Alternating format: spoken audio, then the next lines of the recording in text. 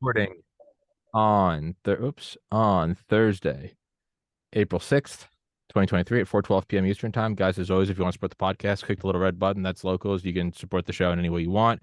With Mr. Joseph Teti, before we even start, in the description, follows Instagram, Twitter, website, books, all in the description. Is book loan operators incredible. Go buy it. But I read your post this morning on Instagram, and I think, was it 2 or 3 days ago, that Billy Waugh passed, and I'd actually, I think I can say it now, I had been in touch with Rick Prado for the last several months. I was actually supposed to go meet Mr. Waugh back in November, and right when I was going to go, Rick Prado emailed me and told me that his health was failing, and he told me to mum's the word. I said, yes, sir, and Yeah, just mum's the word. And he had been keeping me up to date, basically moving to hospice. And once I saw it on Twitter, I figured it's like, okay, it's out now. But I talked to him, texted Baz, Dale, Ron Moeller, Keith Rose, and you. And next yeah, week, I'm actually going to try to get everyone I know that has either operated with him, obviously, non-classified shit, or just right, had a beer with him, like you, just shake his hand. I'm going to try to right. put all those together and try to do Oh, some cool, sort of dude. tribute. Because I mean, Yeah, man. he's a Hercules, and it's just like it's a blurb in the news, and it's like, dude, this guy is the embodiment of America. But could you maybe share the picture you were just showing me and describe what the post is? Yeah, dude. So I met I met Billy twice. Once at the headquarters in Langley, and I was too chicken shit to say anything to him at the time because I was brand new. And then I saw him like on my second deployment in a very special hotel in Afghanistan where agency people rotate through, and there's a bar in there, and anybody that's knows this bar. It's really cool. There's memorabilia everywhere and shit written on the ceilings. It was crazy. But anyway, I saw him there. And long story short, this photo was hanging behind the bar. And I Yeah. was like, hey, Mr. Wall, that's like the coolest photo ever. And like, what were you thinking at that time? And anyway, he had the bartender take the picture down. And if I don't know if you can see it that well, but he autographed it. Yeah. And the guy that was sitting with him, Jesse Campbell, is the other guy. This is Billy Uh-huh. here, and this is Jesse Campbell, the first combat Halo jump into Vietnam or Laos, wherever they jump with Team Florida, MacBee historic thing, dude. Like Oh yeah. that's No, that's historic. like first step on the moon, Halo, Oh high yeah, altitude, low it's like opening. stepping on the moon. It's like the Yeah. guys on the go to the moon for the first time. Yeah. So No, anyway, that opened the door to a whole new era of oh infiltration. yeah, and so anyway, he autographed the photo, and Mr. Campbell autographed it. I would honestly say this is probably the only picture in existence anywhere of two of the MacVSOG commandos that jumped that night. Um, it's priceless. There's not Yeah. enough gold in Fort Knox to buy this picture from me. It sits on my shelf as a reminder of all the amazing men and women that have served our country. And Mr. Waugh was certainly one of them. Dude, the guy served this country for 50 years. Oh, he's in Korea. He fought, Yeah, he fought in yeah, Korea. Yeah. yeah. I mean, 73 when it's we invaded Iraq. how do you survive 50 years? MacV saw Green Beret Brown in that Branch. CIA Ground Branch. Like, are you fucking kidding me, dude? The odds of surviving all that are you probably have a better chance hitting the lottery. Yeah. Twice. No, Yeah, absolutely wild. No, hunted bin Laden with it, was caught the yeah. jackal. Wallace the I mean, Jackal. Yeah. Oh, yeah, dude, he's done it all. He he's checked done every block, everything. like Yeah. literally. He's, We are yeah, all mere mortals, next to that guy. And like I that said, Billy. I Yeah. saw him in the headquarters one day in the ground branch office, and I saw him. He was talking to some guys. I was just too chicken shit to go say hi to him, and I was brand new, but I was rotating out of the country. I'm like, you know what? I'm never going to get another chance to say hi to this guy.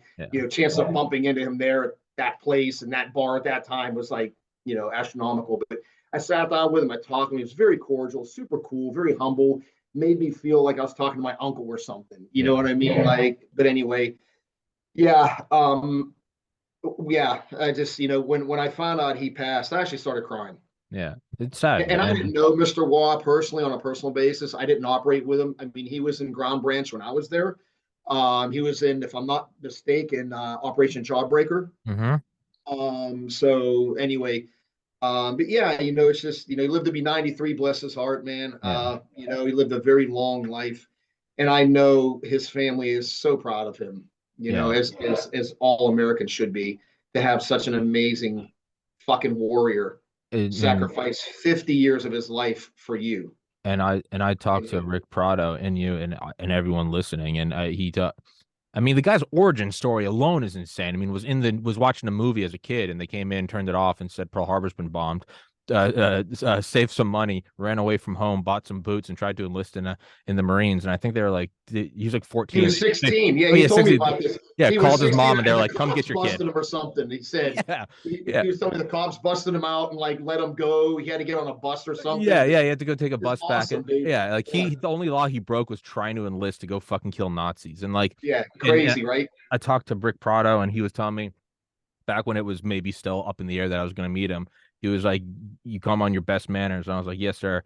And he's like, "No, that's for your own good." He goes, "Billy's 93, has been shot several times, has had a couple strokes, but he'll still kill you." And I was like, "I don't doubt that. I genuinely don't doubt that." And I was like, but Mr. Prado also told me, he said, the sad thing is Billy doesn't feel like he did enough. And I'm just like, that's, you and I are sitting here fanboying him, and Billy's sitting there going like, I didn't do enough. And it's like, if that's not Jesus. a golden idol to Yeah, aspire. And this is not from me. This is from Rick Prado, yeah. who worked I on hear knew you. him very well, knew him very, very Yeah, well. yeah, And it's just yeah. like, if that's not the mindset to have, you want everyone else going, he's the best, and you yourself want to be going, I haven't done enough. Yeah, That's they don't make dudes like him no. anymore. What my mere contribution I did is insignificant compared to what he did, and that's I'm not just saying that, dude. It's the truth. No, it Like it's really it's mind-boggling oh to it's think about everything he's accomplished and done and survived, and like like when I asked him about the Halo jump,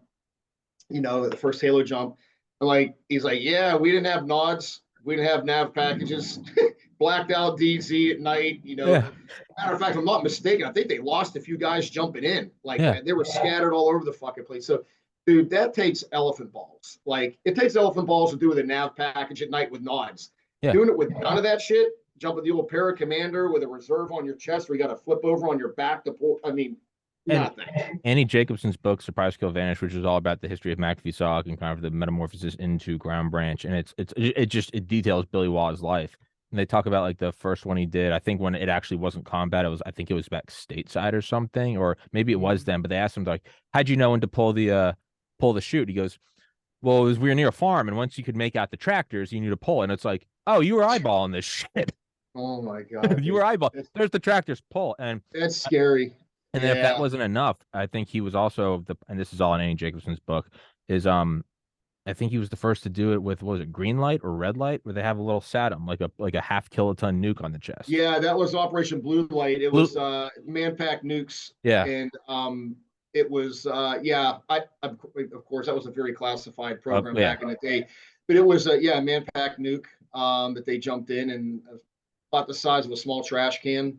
yeah. But yeah, man, he's going to be missed. It wouldn't surprise me one bit if they erect a statue of this dude somewhere at Fort Bragg or at the Special Forces Museum in Fayetteville. It wouldn't surprise me one bit. You have Like, to. Yeah, they're gonna name. yeah, I mean, it's yeah, There's dude. got to Like, be something. It's got to be something's got to be named after him, like an Abrams class yeah, or a it Nimitz will be. class. There's got to It be a will be. class of something, not just a statue. Like a Yeah, new it battle will rifle be. needs to be the wall. Um, Yeah, there's so no doubt.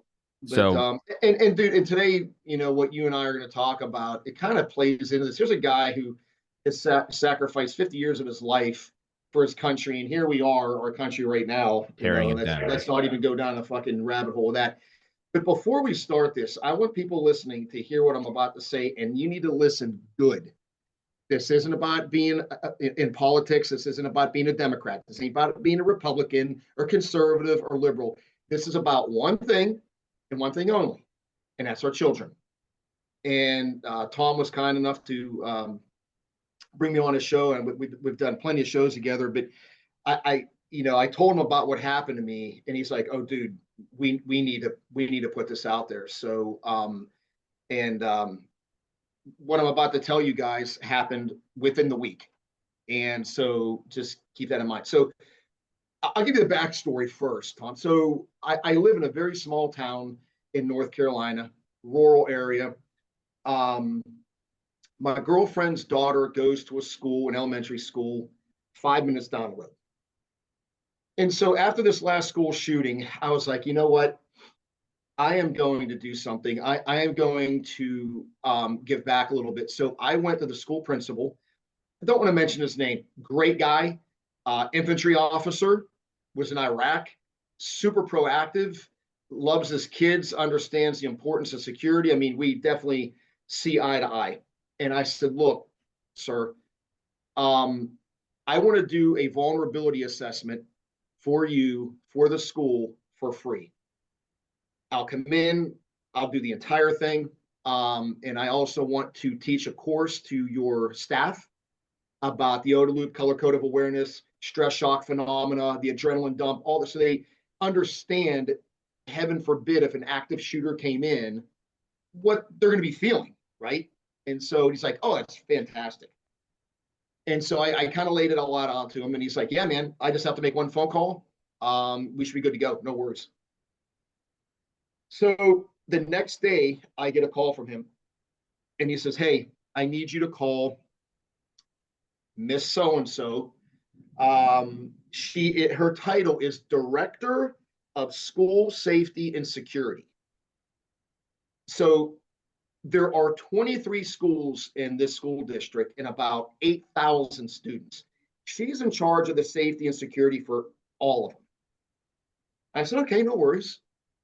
So I called her, left a message. She called me back and asked me, Mr. Teti, what exactly do you want to do? And I told her, I said, I want to do a free, at no cost to you or the school district, vulnerability assessment for this particular school. And I chose this one because it's right next to me. I said, we can invite law enforcement to come. I can show them how to do it, et cetera, et cetera. And let me digress. I sent the principal multiple certificates of training I've had: force protection level 1, 2, force protection level instructor.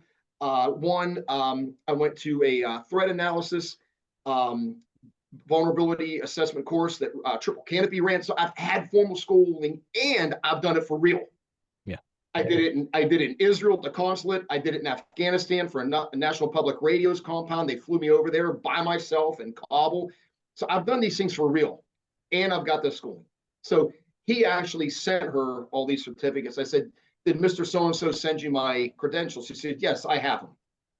And I said, well, I'd like to do the following. And I told her. Her response was this, and I want to read it verbatim. Mr. Teti, these vulnerability studies have already been done by competent law enforcement professionals. And I said, I see.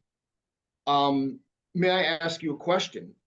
You're talking about police officers, right? And she said, yes. And I said, well, I have a lot of friends that are cops, SWAT officers. And I said, the last time I spoke to them, they don't teach how to do a vulnerability study in the police academy. So where did these law enforcement professionals get their training? Who taught them? She said the same thing. Like I said, Mr. Teti, these vulnerability studies have all been done, and they've been done by competent law enforcement. She sounded like a politician, right? She kept saying the same thing over and over. I said, can you answer the question, please?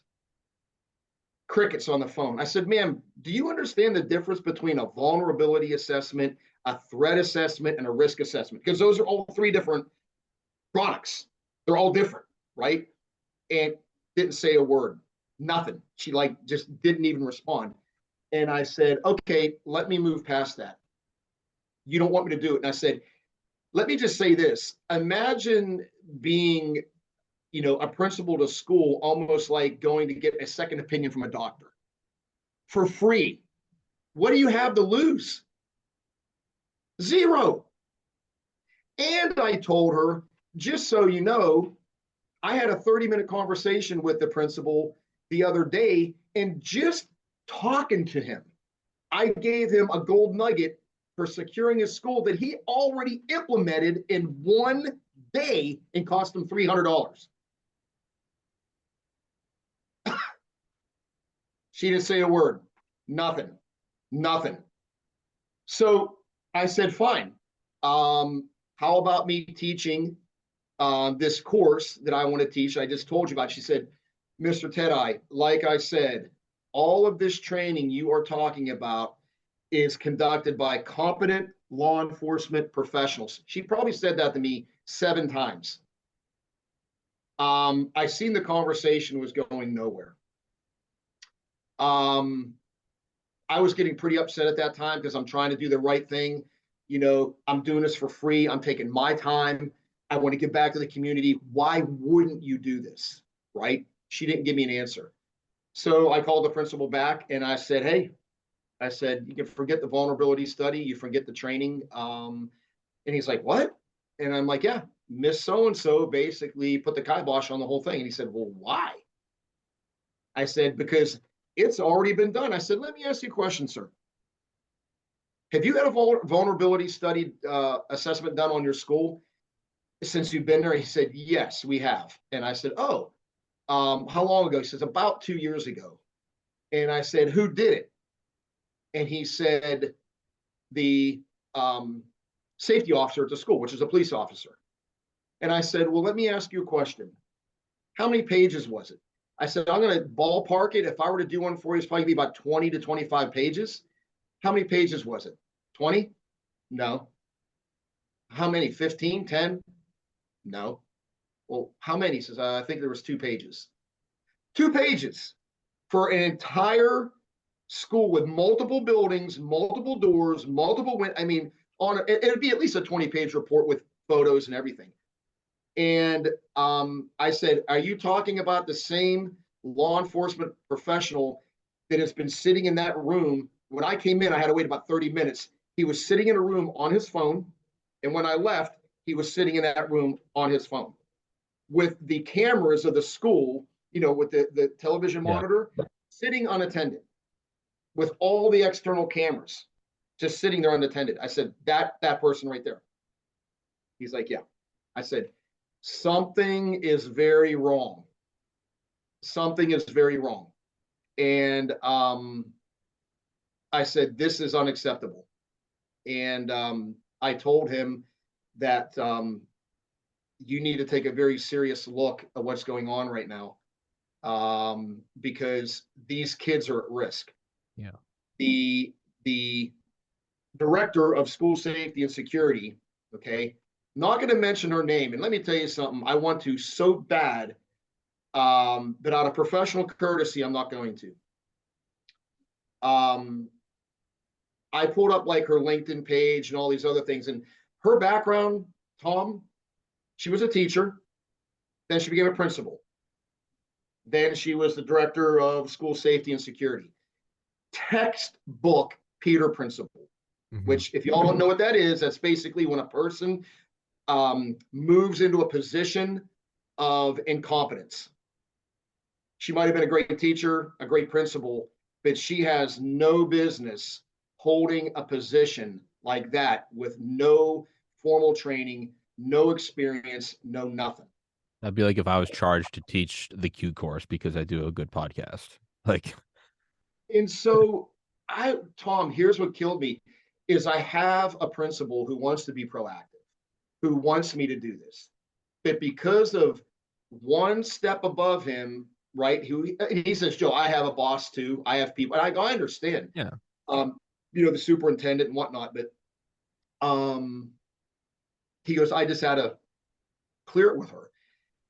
Here is a perfect example for those of you who are listening, and you need to listen to what I'm about to say. If you're a parent and you've got a kid in school, it would behoove you to find out who is in charge of your child's safety. Okay. Now, I don't know if the title is going to be the same as director of school security and safety, but there's going to be somebody in the school district that's part of their leadership that is in charge of that. And if I were you, I would call them and say, my name is John Smith. My daughter goes to such and such school. And I understand you are the person in charge of all the safety for the schools. Is that correct? Yeah. Well, can you tell me what your background is? If they give you some bullshit excuse, or like my situation where there was like crickets on the phone, that should tell you right there they are not qualified for that job. Folks, Your kids' safety is in the hands of people like this. That is unacceptable. Unacceptable. And Tom, you know as well as I do, can we stop crazy people from going into schools and shooting them up? No. No, it ain't going to stop. But you can mitigate the risk by having people such as myself that have these special skills. Look, I don't know how to be a principal or a superintendent, but I have unique skills that I was willing to offer this school district for free. And this woman shot it down. Go Let's figure. let's try to just like remove emotion. Let's just like rational. What is it? Is it a pissing contest? Is it? Let's just go bird's eye view. Pretend I don't know Joe. Pretend I don't know. What is it? Pissing contest? Is it? I don't want no man to tell me what to do. Is it? We've already maybe she truly believes they've already had it done, and she's like, I don't need you. She thinks you're like, well, rationally, what is it? Is it ego? I can tell you what I think it is, and I've asked a few people smarter than me, Mm-hmm. and they all said the same thing. She doesn't want to admit that she's not doing everything, and now Gotcha. they've got to bring in because that'll make her look bad. But Gotcha. how stupid! But how stupid! No, it wouldn't make her look bad. It would make Make her it look look good. great. Like you brought in this dude, and You he guys did had a it cop? I had a fucking black ops operator scan this school. Fuck right, you. for free. For free. That makes you What look the like a fuck? baller. Dude, no, Tom, no joke. If I were to put a dollar amount on to do a vulnerability assessment on a school, it has 1, 2, 3, 4, 5 buildings, sits on probably 15 acres, multiple egress roads coming in, avenues of approach, multiple doors, multiple windows. I would say it would take every bit of 30 days to do, and I would have charged somebody 12 to 15,000 bucks. Yeah. Straight up. I've done it before and I know what I've charged. And so they can't say, well, we don't have the money. I'm not asking for money. I'm not asking for nothing. I'm not asking for accolades. I'm not asking for jack shit except let me help. Let me help you with the millions of dollars of training I've had and real world experience doing this. Let me at least give you a second opinion. If you want to take my report and go like this, Go for it. go ahead. Go ahead. But why wouldn't you at least allow someone to come in? It is gross negligence. And let me tell you something right now. Let me hear one school in this school district have an active shooter, and I'm going right to the media and I'm throwing this lady under the bus. Yeah. Now, it seems like the principal's on your side. Oh, 100%. Is there He's any, very proactive and he understands, like, yeah, Joe, I'd love a second opinion. I'd love for you to do it. Absolutely. He's totally down for it. But is the, like he said, I've got a boss too. I just got to yeah, clear it. And I told him that. I understand. I'm yeah, not upset with you, yeah. No, I mean, on a human, yeah, I mean, yeah, you have a boss too. You can't, I get that. I mean, I'm just trying to think without being like deceitful. Is there any way to just do it and just give him the report, or you'd have to be involved? You have to be in the school, and they're going to be like, Yeah, "What the fuck are so you doing? exactly. Who are I, you?" I I would need, and I told him, I said I could do the exterior, but I would need access, the keys on a weekend to come in on a Saturday and Sunday. And not that he wouldn't do it, but dude, I don't want to put this guy in. You And put I him even in a told weird him, spot, put you in a weird yeah, I said, spot. look, bro, you get caught doing this and you're not supposed to. Well, You get fired, you don't get fired, or you get a bad mark. I don't want to do that to him because he is a good guy and he's a veteran and he's a combat veteran. And well, so, I can actually share some real world experience. I was a sophomore or junior in high school, 2006-07 in Atlanta, Georgia, St. Pius X Catholic High School, and an alumni about 10 years older than me. Just call him Mr. Smith. He was a like you vet, came back. I think Special Forces, came back and had gone to the school. Came back and I think had PTSD, and the principal remembered him. I was like, yeah, we'll give you a job, of course. Fucking red blooded American, gave him a job, substitute teacher, and I think he's a full time teacher there now. But he was there, and so he was just doing like hall monitoring, basically just make sure assholes like me weren't skipping class. sure. And I mean, when I say just came back from deployment, I mean like a week ago was in wherever, Right. still at sand in his ass, and came back and was just like, shell shock. And what he started doing was that he started doing an assessment. He just started looking at like, I can still see the school in my head. Entrance here, entrance there, highway there. Most of it's brick. Okay, that's good. And he just kind of drew it out. He was like, this is where it would happen. And went Sure. in, and the professor, and not the professor, the principal is fucking incredible. I mean, principal called my family when my brother died in 2014. He was like, hey, I love the kid. Well, Great guy. He goes well, in, principal's not there. He just leaves it on his desk. And I just think he's like, hey, Steve. And he didn't know what it was. He thought it was a school shooter going like, here's my list. oh, So an uninvited threat assessment. I remember we didn't have school. No one knew why. The Department of Homeland Security and the FBI came. Whole oh, thing got worked out. Turns out, and the principal brought everyone into the auditorium, and it was like complete misunderstanding. I think dude has a full-time job there, and I imagine they've probably implemented it. But to sure. play the devil's advocate to my own position of do it without permission, there is that could be bad. So Yeah, and I get it, and I'd yeah, be more than willing to do it, but I just have a funny feeling after talking to this yeah, no, woman, if she found out, no, she just she'd to fuck you. me, she sounds like the person that would stick it to you. She's gonna spit venom at you. Yeah, I and wonder. guys, and for those of you who listen, I don't care if it's a man or a woman. Let's Yeah, just no, no, flip the no, script. fucking This who guy, gives a this shit? guy, still a fucking dumbass. Who gives a fuck? Guy, Yeah, man, woman, there it is gross negligence. They are not thinking on the best interest of these kids. And it staggers me that I, in my own little world, my own little bubble, 5 minutes down the road, get that response.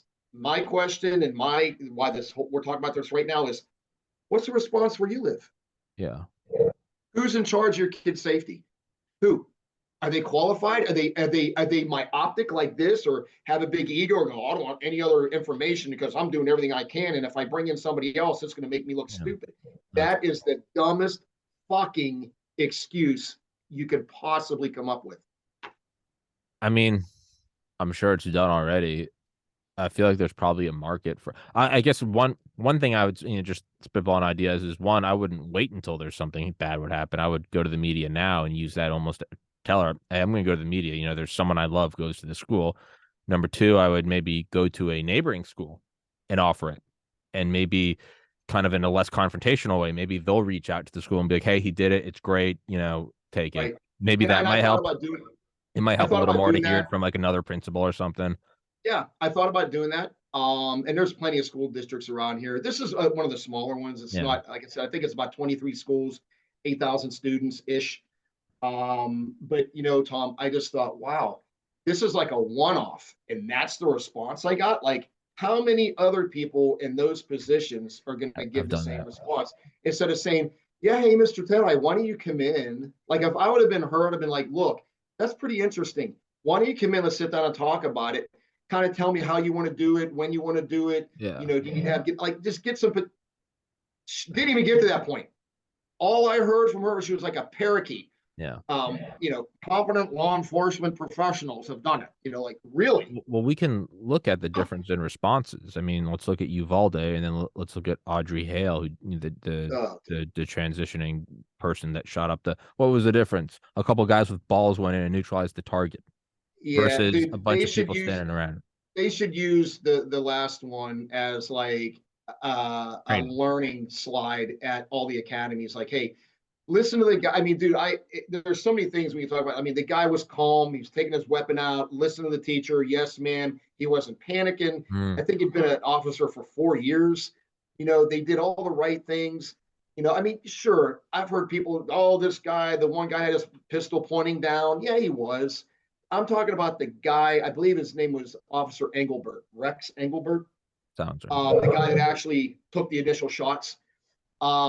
If you even look on his body cam, when he pies the corner and goes bam, bam, bam, bam, dude, the gun goes back on safe, finger comes off the trigger, and the gun, like, dude, I would put Expo. money on it that guy is like a 3-gun shooter. Because, dude, he had a vortex scope on his gun. He had a foregrip, like he had, an extended charging handle. He had some tricked out shit on his gun. So I think he had a little bit more training than just what the academy provided him. That's my opinion. And if he didn't, fucking A, I want that dude's autograph. Like, he did a spectacular job.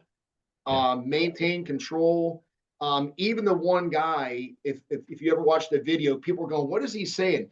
He said, "Push the LPVO, the low power variable optic." The dude who was on the right had a one guy had a shotgun, one guy had a pistol, and then Officer Engelbert had the carbine, which obviously put your best gun forward, right? And the shooter was right there, like it's here.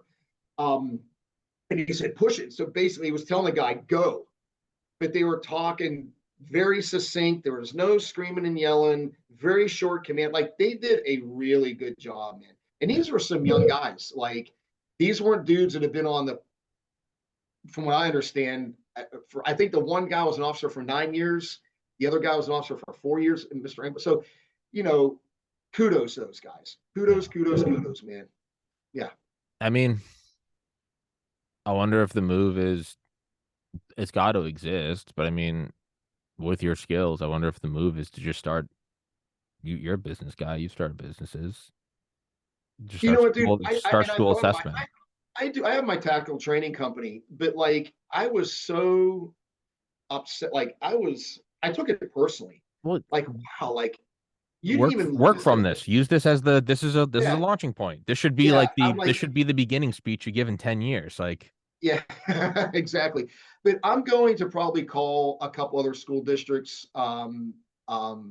that are local to me, kind of like a grassroots thing, yeah. and do the same thing and see what kind of response I get. Um, but one thing I did learn, let me say this. I spoke to the sheriff in my area, and he's a really fucking good dude. He spent like 9 years over in Iraq on a protection team.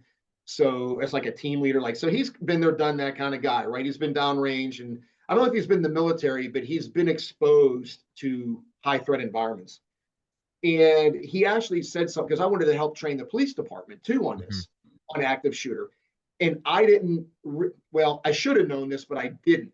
The reason you can't is because everybody has to be on the same sheet of music. I just can't take a police department here and say, "Hey, let me show you how I would do it." And they go, "Oh, that's fucking the bomb."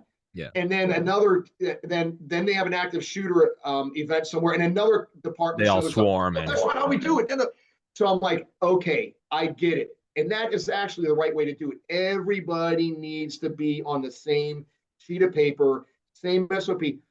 Whether it's right or wrong, I don't know. I don't know their SOP, which I'm assuming is as soon as you get there, you go in. You don't wait to link up with other guys. But he explained it to me, and I'm like, you know what, sir, that makes sense. Um, because you don't want, one guy's, saying A, another one's saying B, another one's saying C. Everybody has to be on the same sheet of music. And so one thing I offered, and he said, "Yeah, man, that sounds like a plan," is prior to COVID, they were doing like annual and semi-annual, like full mission profiles at these schools where like the EMS shows up, the fire department shows up, the SWAT team and they do like a full active shooter package. And I'm like, the next time you do that, why don't you just call me? I'm not going to say a word to anybody. I will literally be a fly on the wall and just watch and prepare a very simple, white paper for you and say, "Hey, here's what I saw good. Here's what I saw bad. Here's where I think you can make improvements." And I'll give it directly to you. No one else will see it. And he's like, "Yeah, that he was open to that." But I understand now why I can't train the police, and it makes complete sense because everybody would have to be trained by me, and that ain't gonna happen.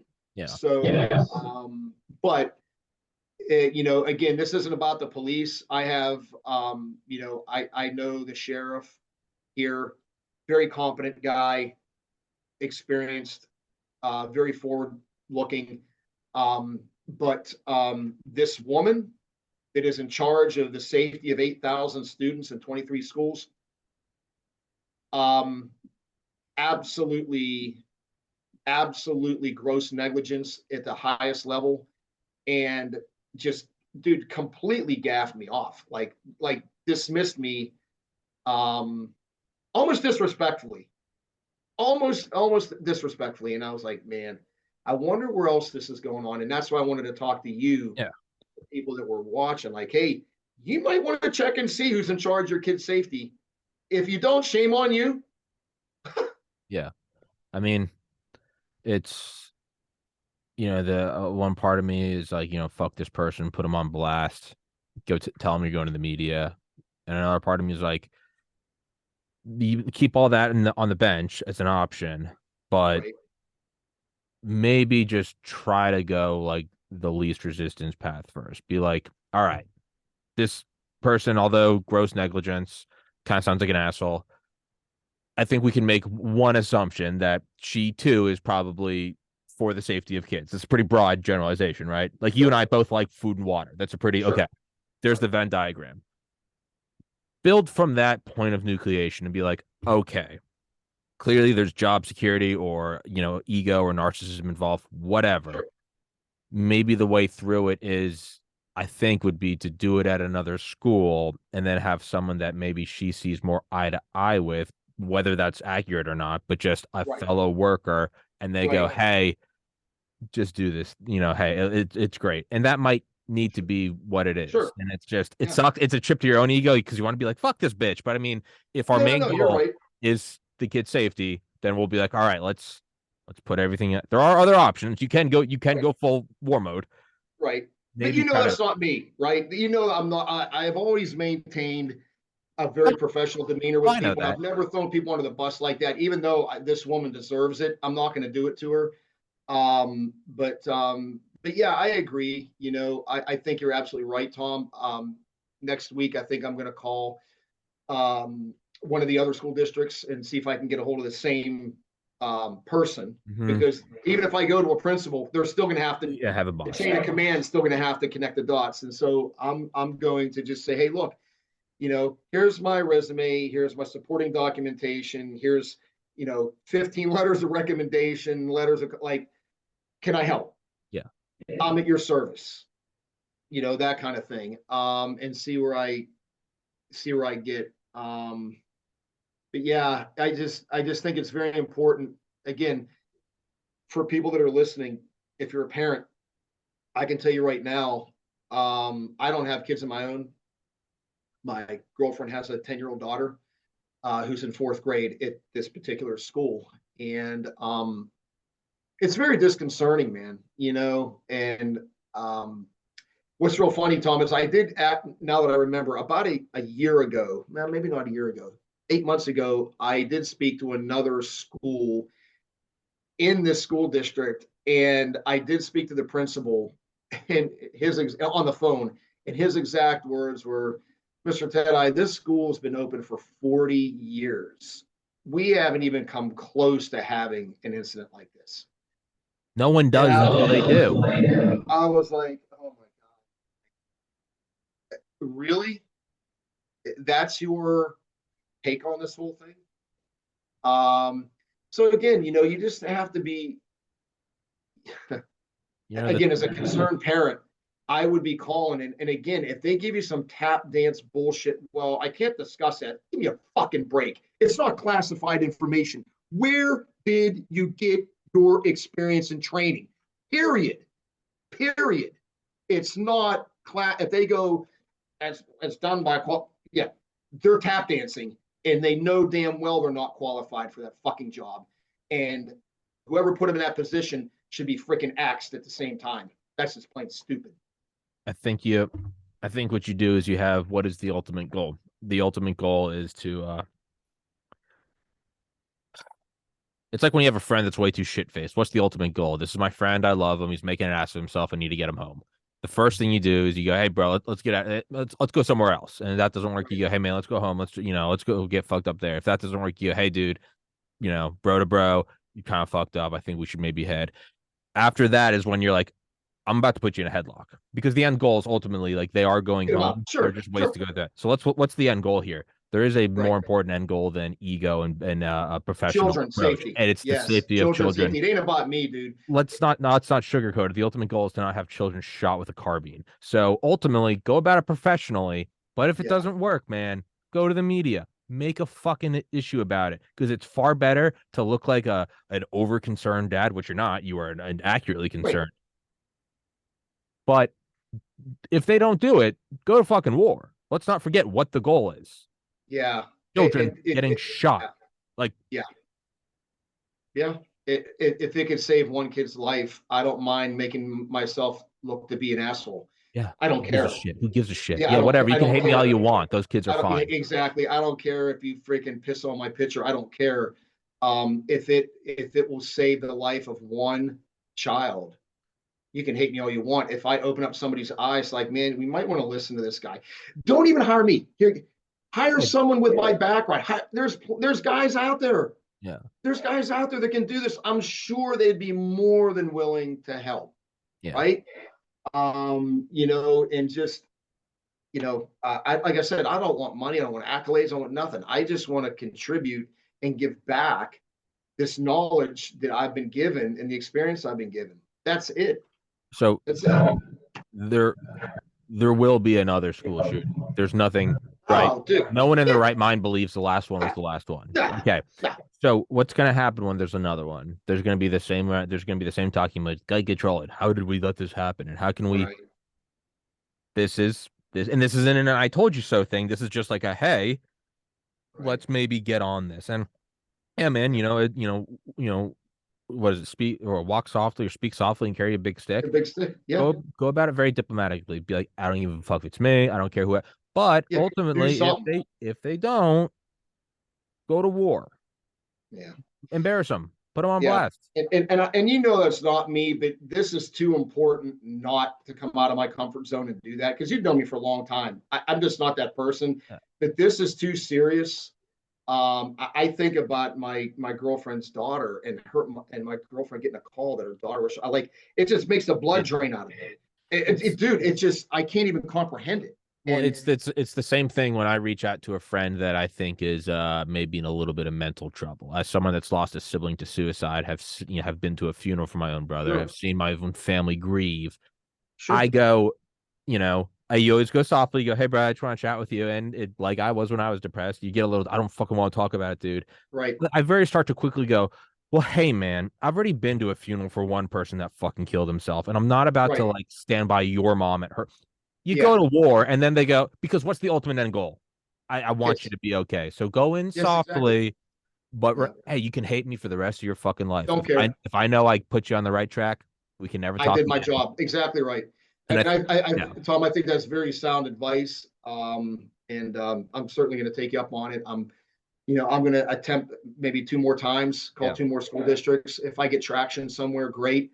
Maybe that could be the catalyst of like having them look at things and like, let's just take a little bit deeper look here, right? It can't hurt, and just see where it goes. But yeah, that's what this whole podcast was about. Is just like for those watching, find out who is in charge of your child's safety.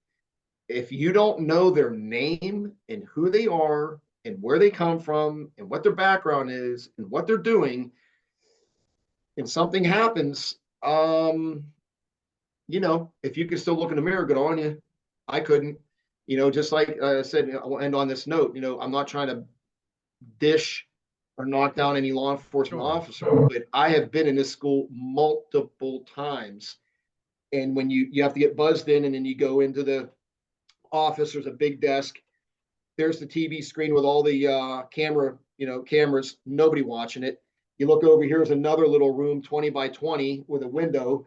And there is the law enforcement officer on his phone. Every single time I've been in there. Every time. That's not what they're getting paid for. Okay. They're getting paid to secure that place.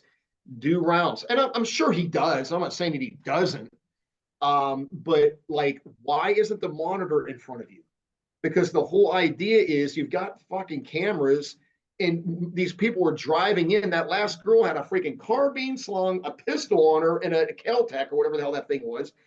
Walking through the park, you could have ran out the front door and engaged that woman before she even got inside. But guess what? You're not going to if you're looking on your phone, and the damn camera screen is 30 feet away, and nobody like. This is the kind of shit I'm talking about. And I seen it with my own eyes. And I didn't just see it once. I've seen it multiple times. Yeah. So, you know, anyway. And there's no currency, there's no value, and I told you so. Well, afterwards we fired them. Okay, cool. What about the fucking funerals for the kids? Exactly. Yeah. No, there's no yet tomorrow. Did Fuck you get that. them? Did you own them? No, it's Yeah. well, and Joe, Yeah. you obviously you have my podcast at your disposal, and I can probably, if you want, I can get you on much larger shows than mine. Who would I know that they would have you on for 10 minutes to talk about this? I mean, Yeah, dude, I'd love to, Tom. You know, keep I'd that. love to. Yeah, I'd love to. And like I said, if I can't get traction one way, I'll get it another way. Yeah. And I have to look in the mirror. You know, I have to be able to look in the mirror and go, did you do everything? Yeah, I did. If I set up a flare and a fucking, a blimp, I can't do anything else. Like, it's again, it's like the whole logic when I see a friend struggling. I'm like, right. I don't give a shit if they hate me. I can go to bed and go, that's right. You did the right thing. I fucking put it all in the court. That's right. You could see it right there. I have initials of one person from suicide. I'm like, I ain't getting another. And that's right. I know I did the right. And guess what? I've never had a friend turn around and say, hey, maybe there's a little skirmish. A week later, right. It's like, hey, but that's gone. Thanks. Right. And you're like, hey, dude, I know you do the same for me. And that's what it is. It's exactly ultimately right. love. It's the same thing, Tom. But guys, on a lighter note, go check out Joe on Instagram. Go check him out on Twitter. Go get his book, Tier 1 Coaching, all that good shit. Speaking engagements, does everything. Yeah, I'll send you a text right after this. I can get you on a much bigger thing if you want to go talk about it there. I would. Up to you. Up to you. Yeah, make up your mind. Yeah, go do it. Go, diplomatically. Hey, we all have the same goals. Yep. But don't be afraid to go to fucking. As I know you're not. I mean, obviously from your history, you've hung out with Billy. I'll give it some time. I'm going to be patient and magnanimous as about as long as I can. And if I get the same response from another one and then another one, it's going to be like, okay, there's a very scary pattern here. Well, you know what? That's a good. If we get, I hope you don't. But if you start to get patterns from everyone, I think that's good because you go. Here's a problem. We can diagnose it. It's not just here. It's here and here and here. When you go to the hospital and they don't know what's wrong, that's bad. When you go to the hospital, you go, this hurts. And they go, yeah, we found something. Good. They go, and we're going to take it out. So maybe it's a good thing. Maybe every school goes, we don't want this. And you go, I think I fucking figured this shit out. So I don't know. Just stay optimistic. I agree. So let's wrap this one up. Thank you for your time, brother. Sir. And thanks, again, guys, go, a little 5-second reflection. Just, pray for Mr. Wall. And I am going to take the first part of this clip. And next week, when I interview all the other guys, I'm going to piece it all together and do something for him. Yeah, what would Billy Waugh do? Billy Waugh wouldn't take shit. He would defend the school. What did he write on that photo? Kill the bad guys. There ain't no pulling punches there, man. It says it all right there, bro. It says it all right there. Look at kill all the bad. Yeah, there ain't no fucking rose-tinted glasses there. It's very succinct. Kill them. Yeah. So one of my prized possessions, my man, right here. Hell yeah. Well, Joe, Thanks, brother. I'm proud to call you a friend. Yes, sir. I like what you're doing, man. I like where your head's at. Do the right thing. That's the only way anything in this country is going to change is if we take action ourselves and do the right thing. Yes, sir. So I'll text this link to you. Joe, as always, I love you, brother. Thank you for your service. Love you too, man. Love all you guys. Thanks for watching. Please, and guys, if any of y'all have kids at a school or something, you want to comment or something, you can email me, tommyspodcast@gmail.com. I can get you on here with Joe. Let's get the discussion going. Let's just try to shed some light on it and, try to fix it. I think we're all on the same page. We all want the kids to be safe. I think it's pretty right. I think we can all agree. Yes, sir. So, Joe, thank you so much, sir.